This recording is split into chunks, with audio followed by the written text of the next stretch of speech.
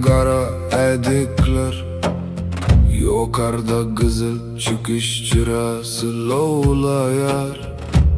Sıryalı sülmürep geçersin, ben senin egnin kölegesin mizarlayarım.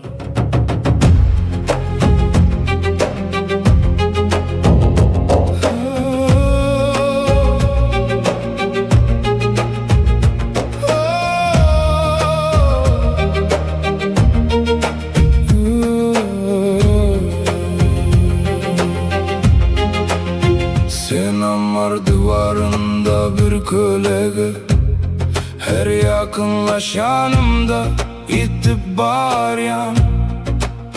Yadımda kalmadı kızadı aktar yarım. Soğuk otağın hayal kesip geçişin. Soğuk otak yöne bedenin ot alıp yan yar.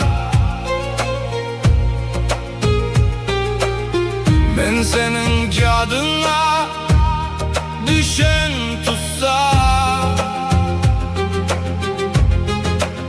Sen amar divarında bir kölege, hem de bu mana şeyle yaraya.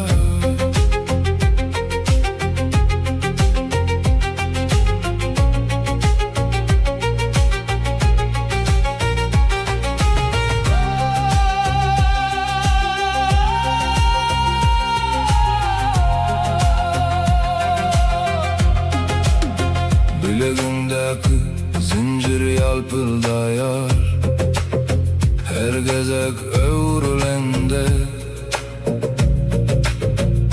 Çıraların titrap sönmedi, bir gezegemiz ağaramayarsın.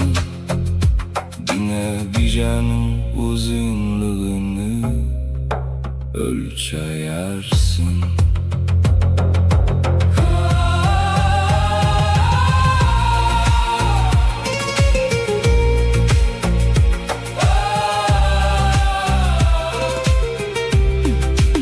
Stroboskopun aslında adını eşiden mi, ya da oldu sevilen yitip gitti mi?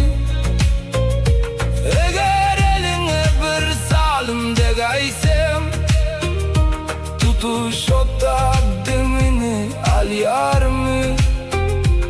Sen hiç haçan dinmayan, sen hiç haçan dinmayan.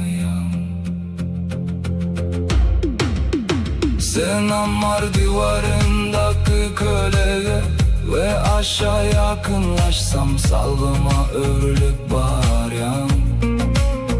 Yadımda kalmadı kızadı aktar yarım. Soğuk otağın içinden hayal geçişim. Yöne bedenin otalıp yan yar. Ben senin cadına düşen tutsak.